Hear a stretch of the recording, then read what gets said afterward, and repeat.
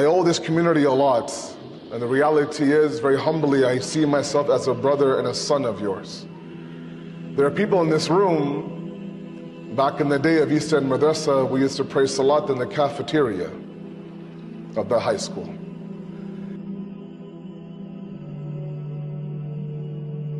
And during Zohar Salat, age of 8, 9, maybe 10 years old, I would sit there lined up with my friends and family praying Zohar Salat. And there'd be grown men on each side of the Jamaat. And they would sacrifice their fadilat, their salat, on awwal waqt to ensure that my salat was accurate. So when I would stand, and if my feet weren't quite apart enough, they would come and they would place their foot in between my feet.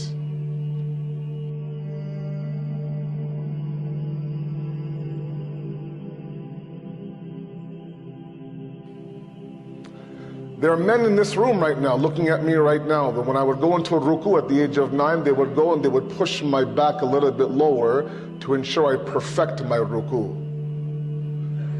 There are people in this room that when I go into sajda, can you imagine this grown man would go into sajda with me to check if all 7 parts of my body were on the ground properly.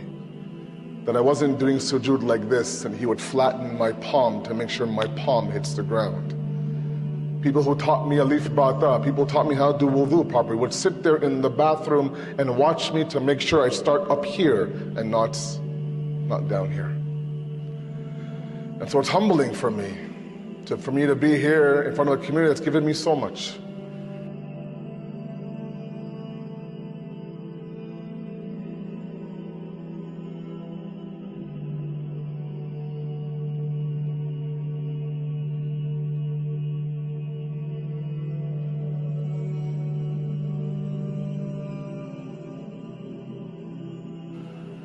There are moments that we face that shake us at our core, remind us of the reality of our life, and put things in perspective for us.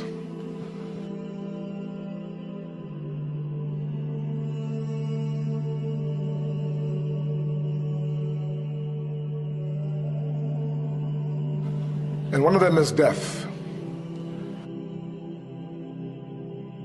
It's those things that are guaranteed. We all know that everyone has to face it, but yet when it comes, sometimes we are at a loss of what to do and what to say.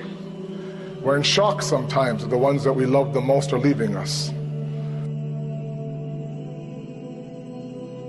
And the reality is that while we are giving pursa to the family and sending off the marhum to his journey, it's meant to always remind us that we will also go through this exact same journey ourselves.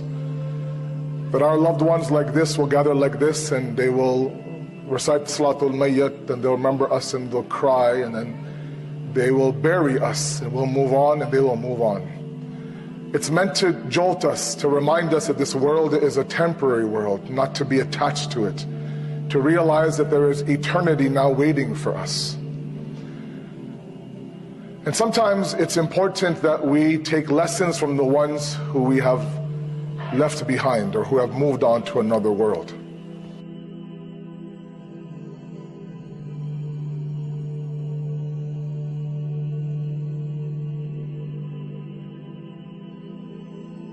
And that's why when you look at the way that the Quran describes death, it describes death as the mulaqat. إِنَّ الْمَوْتَ الَّذِي تَفِرُّونَ مِنْهُ فَإِنَّهُ مُلَاقِيكُمْ. That this death that you run from, do farar from, you'll eventually meet this death. It'll take you back. It'll take you back to the alim and the shahid, فَيُنَبِّئُكُمْ بِمَا كُنْتُمْ تَعْمَلُونَ. And that death will show you what you did in this world.